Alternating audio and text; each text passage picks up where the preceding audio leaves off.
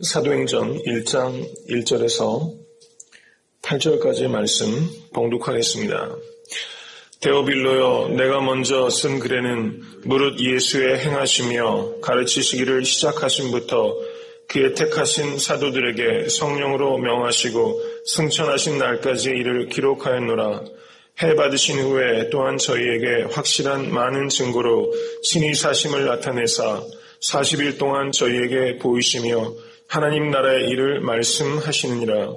사도와 같이 모이사 저희에게 분부하여 가라사대 예루살렘을 떠나지 말고 내게 들은 바 아버지의 약속하신 것을 기다리라. 요한은 물로 세례를 베풀었으나 너희는 몇 날이 못되어 성령으로 세례를 받으리라 하셨느니라. 저희가 모였을 때 예수께 묻자와 가로되 주께서 이스라엘 나라를 회복하심이 이때니까 하니 가라사대 때와 기한은 아버지께서 자기의 권한에 두셨으니 너희의 알 바 아니요 오직 성령이 너희에게 임하시면 너희가 권능을 받고 예루살렘과 온 유대와 사마리아와 땅끝까지 이르러 내 증인이 되리라 하시니라. 아멘. 오늘 본문은 사도행전의 서론에 해당되는 부분이라고 말할 수 있습니다. 데오빌로여, 내가 먼저 쓴 글에는, 이렇게 하면서 사도행전을 시작하고 있습니다. 누가복음도 이 데오빌로에게 보낸 글이었습니다. 그리고 사도행전도 이 데오빌로에게 보낸 글입니다. 이 데오빌로가 누구인가? 이것은 데오빌로라는 한 로마 고급 관리일 수도 있고 아니면 세우스, 필레오, 하나님을 사랑하는 일단의 무리들일 수 있습니다. 여하튼 누가복음과 사도행전을 굉장히 소수의 사람을 목적으로 이 긴 글을 썼다는 것이죠. 물론 그 결과가 많은 기독교 공동체에서 회람되는 그런 복음서와 그리고 사도행전이 될 것이다, 이런 것을 예측했을지는 모르겠습니다. 그렇지만 원래의 목적은 한 개인 혹은 굉장히 소수의 집단을 목적으로 썼다는 것이죠. 이것을 통해서 저는 우리가 한 사람의 중요성을 생각하는 개인과 교회가 되어야 된다는 것입니다. 교회가 일반적으로 사실상은 솔직하게 말하면 그렇습니다. 애틀랜타의 교회가 한 300개 정도가 되면서 이게 경쟁 상태, 본이든 본이 아니든 돌입한 것입니다. 그런데 애틀랜타 섬기는 교회는 절대 경쟁 목회를 하는 교회가 아니라 격려 목회를 하는 교회가 될 것입니다. 그 길이 아무리 더뎌도 남들보다 좋은 상품 만들어 놓고 물건 파듯이 절대 저희 교회는 그런 방향으로 가지 않을 것입니다. 저희 교회가 지향하는 것은 데오빌로 한 사람을 중요시하는 교회입니다. 100명, 200명 사람들 지난주에 30명 왔다, 40명 왔다. 그럼 뭐 하는 것입니까? 그 중에서 한 사람의 영혼을 귀히 여기는 교회, 사람 수가 늘어나는 문제가 아니라 영혼의 구원이 일어나는 교회, 그 교회가 되지 못하면 교회가 있어야 될 이유가 도대체 뭐가 있겠습니까? 저희 데오빌로 한 사람, 그 한 사람을 위해서 이렇게 긴 글을 쓸 수 있는 그런 누가와 같은 사람, 이런 사람이야말로 정말 하나님께서 찾으시는 사람이라고 믿습니다. 여러분 주변에 이 데오빌로가 있습니다. 내가 긴 글을 써야 될 나의 데오빌로는 어디 있는가? 한번 그 사람을 생각하시고 그 사람을 위해서 한번 누가복음과 사도행전을 한번 써보시지 않겠습니까? 정말 이 시대에 찾는 사람, 이 시대의 목회자는 이런 마음을 가지고 있는 사람이라고 믿습니다. 1절과 2절을 보시면 예수의, 한번 보시기 바랍니다. 행하시며, 둘째는 가르치시고, 셋째는 택하시고, 넷째는 명하시고, 승천하신 것, 이것이 예수께서 하신 행적을 누가가 요약한 것이고 이 내용은 누가복음의 요약입니다. 예수님의 삶은 이렇게 단순했다는 겁니다. 행하시고 가르치시고 제자를 택하시고 명하시고 승천하신 것. 심플 라이프입니다. 여러분들께서 신앙생활을 하시면서 삶이 계속 complicated, 복잡해지면 그거는 문제가 있는 거예요. 신앙이 깊어지면 깊어질수록 삶은 심플해지는 것입니다. 단순해지는 거예요. 단순해지는 것을 무료하다고 이야기하지 않습니다. 단순해져야 됩니다. 어디에만 목적이 있느냐? 소명에만 목적을 두면 단순해지는 것입니다. 소명이라는 관점에서 모든 것들을 보면 이제는 옛날에 하고 싶던 것, 좋아했던 것 다 내려놓는 것입니다. 여기에서 저는 참 감동적인 게 무릇 예수의 행하시며 가르치시며, 이 순서가 가르치시며 행하시며가 아니라는 거예요. 행함으로 가르치셨다는 뜻으로 이해해도 타당하지 않겠습니까? 이 시대는 말로 가르치는 사람이 많아서 문제예요. 아예 안 가르치는 게 낫습니다. 교사 되는 걸 두려워해야 되는 것입니다. 제가 목사인 것을 두려워할 수 있도록 기도해 주시기 바랍니다. 제가 은퇴할 때까지 목사인 것을 끝까지 두려워하는 마음으로 이 길을 가면 하나님께 그래도 덜 죄송스럽지 않을까. 행함으로 가르치겠다는 아주 굳고 단단한 의지를 가지셔야 됩니다.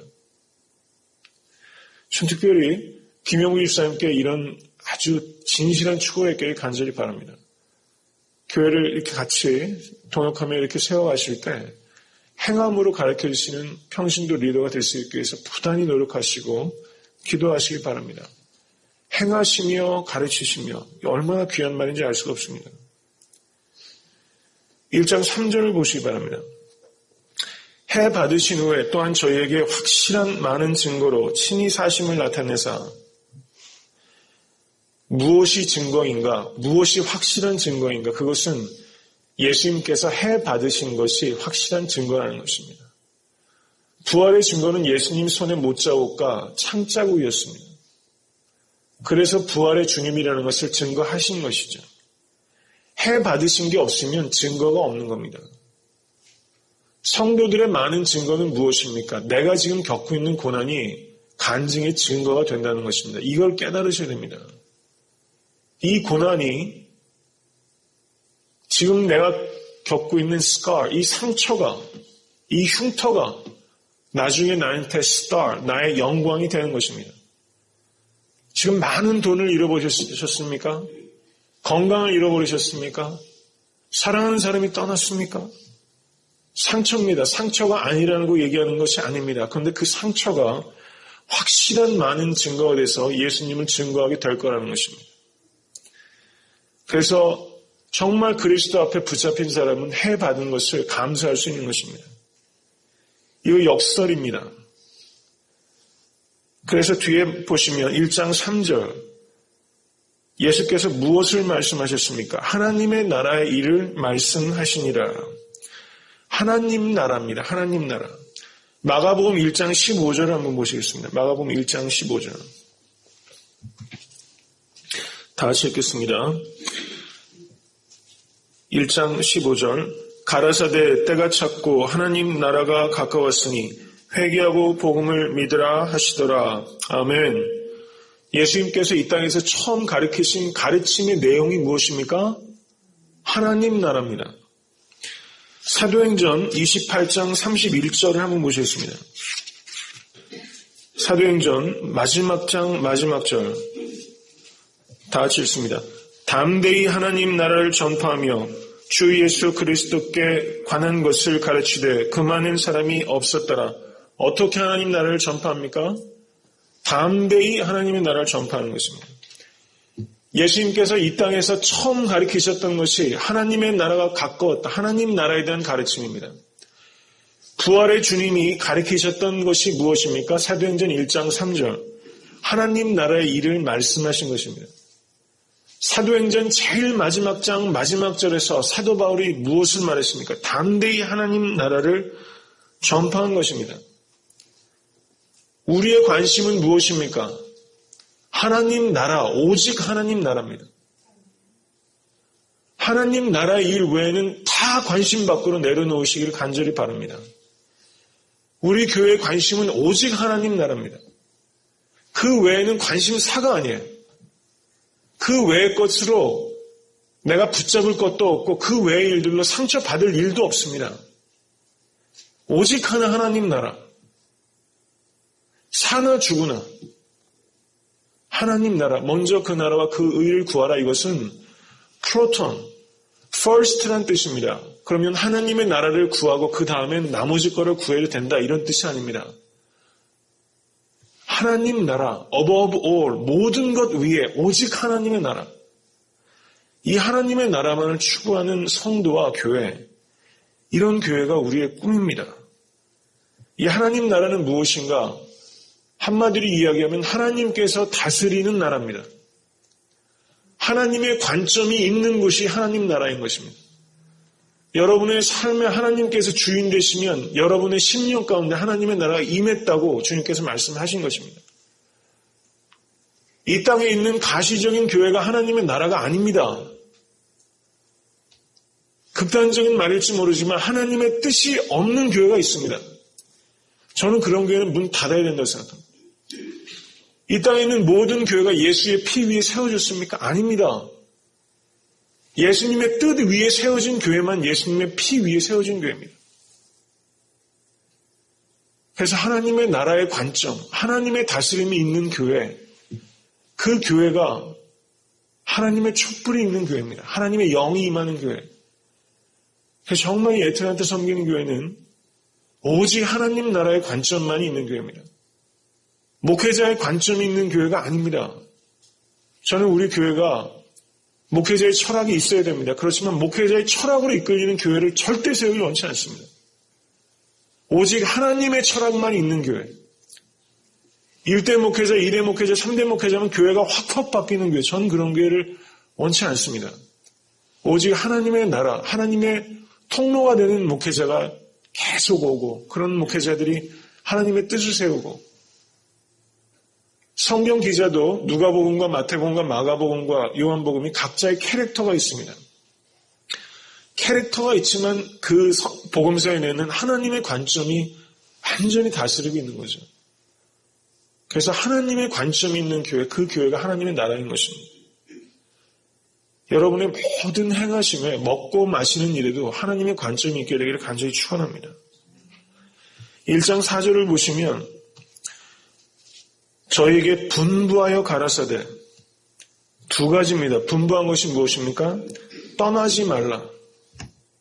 기다리라는 것입니다. 사람이 함부로 떠나면 안 되는 겁니다. 함부로 떠나기 때문에 이별의 아름다움이 없어요. 그렇지 않습니까? 목회자가 사역지를 옮길 때도 이별의 아름다움이 있는 거예요. 좋은 자리 놨다가 팩팩 옮겨다니고 그렇기 때문에 이별의 아름다움이 없습니다.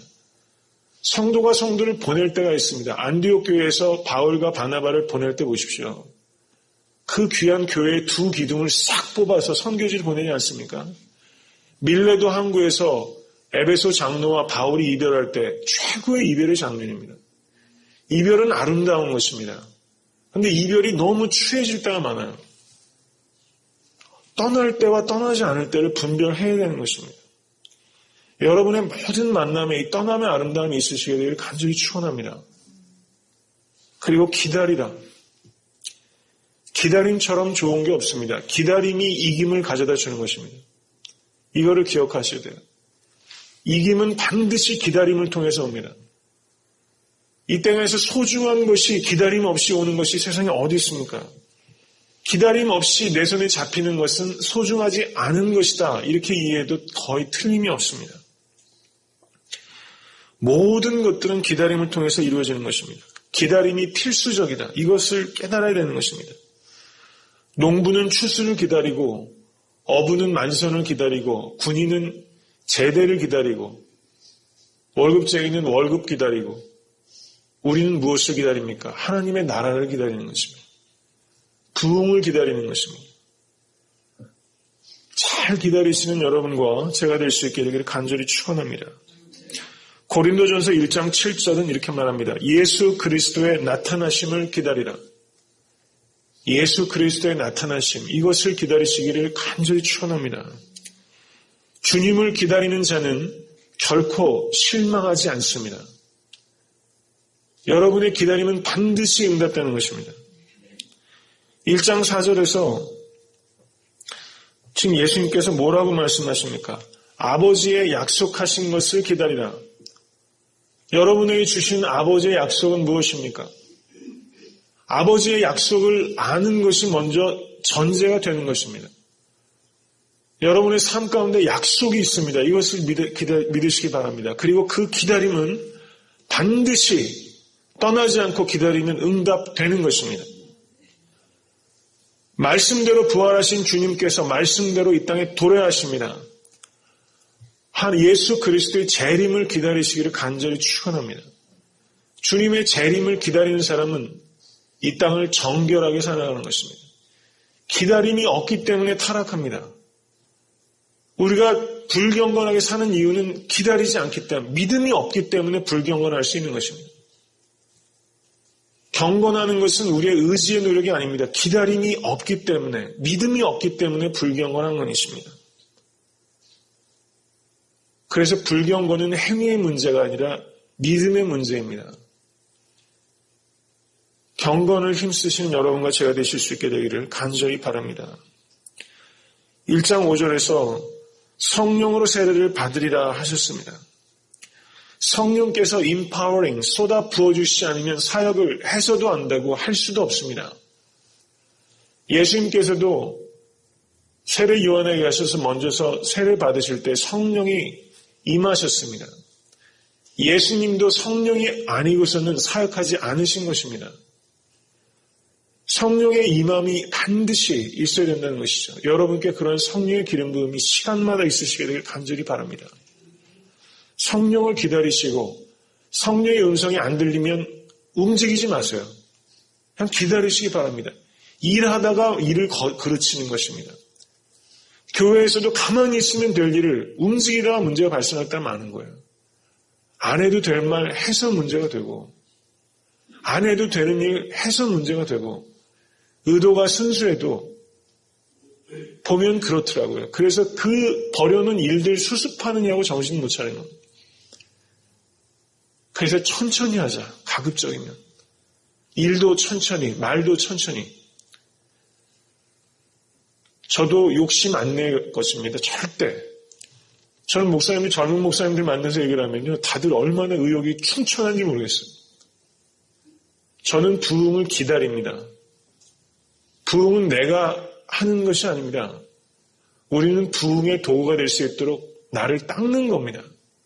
저는 애틀랜타 섬기는 교회가 이 땅을 고치겠다는 둥, 전 그렇게 하고 싶지 않아요. 그게 틀렸다고 말하고 싶지 않습니다. 저는 최소한 부흥을 기다리는 교회, 부흥의 도구가 되기 위해서 나를 끊임없이 닦는 교회, 그런 교회가 되기를 원합니다. 부흥의 주체는 하나님이십니다. 나라고 착각하고 자꾸 드라이브 걸고 이벤트하고 조바심 내고 그렇게 하지 않도록 잘 기다리기 위해서 힘쓰시는 여러분과 제가 될 수 있게 되기를 간절히 바랍니다. 제가 처음에 교회를 저희가 세워가면서 새벽 재단에 120명의 기도하는 사람이 있을 것입니다. 그날을 기다리시기 바랍니다. 그런데 그것은 때와 기한은 오직 하나님께서 아시는 것입니다. 그런 겸손하심을 배우실 수 있게 되기를 바랍니다. 저는 오히려 그런 마음을 가꾸는 것이 중요하다고 믿는 것입니다. 열심히 충성을 다하지만 때와 기한은, 그 다음 한번 보세요. 1장 7절 다 같이 한번 읽겠습니다. 가라사대 때와 기한은 아버지께서 자기의 권한에 두셨으니 너희의 알 바 아니요. 너희가 알 바 아니라는 것입니다. 이걸 알아야 돼요. 제가 이것을 알 수 있도록 기도해 주셔야 됩니다. 목회자가 다 아는 것처럼 말하기 때문에 문제가 있어요. 때와 기한을 가지고 왜 이렇게 예언하는 사람이 많은지, 때와 기한은 성경은 절대 명시적으로 말하지 않습니다. 예수님께서 마가복음 13장에서 종말에 대해서 가리키면서 나도 모른다, 오직 하나님만 아신다는 게 초점입니다. 때와 기한 몰라요. 부흥의 때와 기한도 하나님께서 아십니다. 이것을 우리가 알아야 돼요. 그래서 우리가 자기의 권한 하에 두셨습니다. 하나님께서 권한 가지고 계신 것 자꾸 내 권한이라고 말하지 않아야 됩니다. 목회자의 권한은 목회자의 권한에 두고, 장로의 권한은 장로의 권한에 두고, 집사의 권한은 집사의 권한에 두고, 연장자의 권한은 연장자의 권한에 두고 각자의 영역을 존중하고 지켜주는 것이 참으로 중요한 것입니다. 각자의 역할을 할 수 있도록 세워줘야 되는 것입니다. 다 내 권한에 두고 목회자가 교회의 크고 작은 일 하나 위임하지 않고 자기가 독단적으로 다 할 때 문제가 발생하는 것입니다. 직임과 은세대로 나눠야 되는 것입니다. 또 반대로 목회자가 너무 권한이 없어진 시대가 되는 것도 문제예요. 목회자의 권한을 목회자가 잘났든 못났든 일단 목회자로 세웠으면 그 일을 할 수 있도록 권한을 줘야 되는 것입니다. 저희 교회에서도 이제 교육자를 모시겠지만 그분이 잘 하실 수도 있고 또 못하실 수도 있어요. 못하시면 어떻습니까? 저는 그분이 진정한 마음으로 성실하게만 사역하면 저는 그걸로 충분하다고 생각해요. 청년부 사역자를 모셨는데 1년이 지나도 하나 변화가 없고 양적인 성장이 안 나타난다고 해도 저는 그분이 한 사람의 영혼을 위해서 씨름하는 교육자라면 참 귀한 사역자를 믿습니다. 저는 그래서 계속적으로 잘 사역을 감당하실 수 있도록 권한을 주드려드리고 세워드리고 기도해드리고 또 제가 그분에게 가르칠 일이 있으면 잘 권면하고 행함으로 가르치고 그렇게 해서 모든 것들이 되어지길 원하는 것이지 권한을 넘어서고 월권하고 이런 일들이 안 벌어지도록 저도 그렇고 여러분도 그렇고 우리 애틀랜타 섬기는 교회가 내 권한 안에 자꾸 모든 일들을 가져오지 않기 위해서 부단히 깊이 자신을 돌아볼 수 있어야만 되는 것입니다. 1장 8절을 다시 한번 읽겠습니다. 오직 성령이 너희에게 임하시면 너희가 권능을 받고 예루살렘과 온 유대와 사마리아와 땅끝까지 이르러 내 증인이 되리라. 우리의 필생의 목적은 내 증인이 되는 것입니다. My witness. 이거는 예수 그리스도를 증거하는 것이 필생의 목적입니다. 여러분의 삶의 목적은 오직 하나입니다. 예수님을 증거하는 것. 그런데 오직 성령이 너희에게 임하시면 이것은 성령이 임할 때야 비로소 이런 뜻입니다. 그때야만 비로소 권능은 두나미스라는 뜻입니다. 다이너마이트. 다이너마이트이 이 단에서 나온 거예요. 다이너마이트는 성령이 임할 때 생기는 것입니다. 패션, 열정도 성령으로 말미암아 생기는 것입니다. 이 권능이 여러분께 충만히 임하시기를 간절히 축원합니다. 저를 위해서 기도하실 때 이것을 위해서 기도해 주셔야 됩니다. 예수 그리스도의 증인이 되는 교회. 여기서 보면 예루살렘과 온 유대와 사마리아와 땅끝까지 이르러 이것은 순서와 절차의 중요성과 필연성을 말하는 것입니다. 이 인근에서 전도하지 못하는데 멀리 가서 전도하고 선교한다는 건 어불성설입니다. 여기에도 주변에 남미 사람들 전도할 사람 지천에 있습니다. 모든 것들이 다 순서에 따라서 하는 것입니다. 기다릴 때 이와 같이 순서가 있는 것이죠. 과정과 절차를 생략하지 않아야 되는 것입니다.